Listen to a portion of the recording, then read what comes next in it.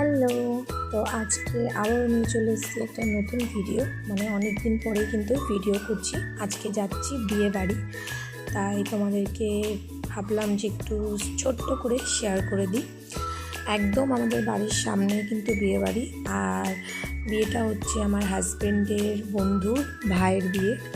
আমার হাজব্যান্ড কিন্তু আসতে পারেনি, কারণ ও অনেকটা দূরে থাকে, আসা সম্ভব নয় সব সময়।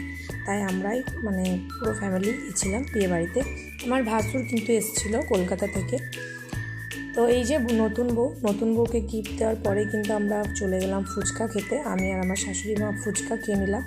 ফুচকা খাওয়ার পরে কিন্তু আমরা একদম চলে এলাম খাবার টেবিলে, কারণ বা বললো যে খেয়ে নাও, খেয়ে একটু দাঁড়াবে, কারণ যদি ভিড় হয়ে যায়। তাই আমার ছেলেকে কিন্তু আমি বাড়ি থেকে খাবার খাইয়ে নিয়ে এসেছি, কারণ ওকে কে খাইয়ে দেবে, আর এরকম করে হয় না খাওয়ানো। আমি খাবো না, ওকে খাওয়াবো, তাই ওকে খাইয়ে নিয়ে এসেছি। কিন্তু তবুও দুষ্টুমি করছে, চেয়ারের উপরে একদম দাঁড়িয়ে পড়েছে, মানে ওকেও দিতে হবে সব কিছু। ও সব কিছু নিচ্ছে কিন্তু খাচ্ছে না কোনোটাই, আর না দিলেই কিন্তু প্রচুর চিৎকার করছে।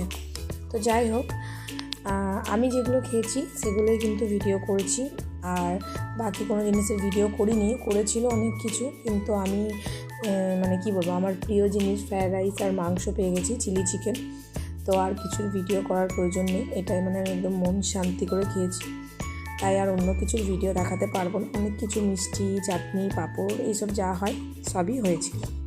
ফাইনালি বাড়ি চলে এলাম বিয়ে বাড়ি থেকে। এখন ঘড়িতে কিন্তু রাত্রি 11টা বাজে। তো আজকের ভিডিওটা কিন্তু এই পর্যন্তই। প্রচুর খেয়ে নিয়েছি, আর এই শাড়ি টাড়ি পরে বিরাট অস্বস্তি লাগছে। তো সবাইকে গুড নাইট, আবারও থাকবো নেক্সট কোনো ভিডিওতে। এখনকার জন্য টাটা।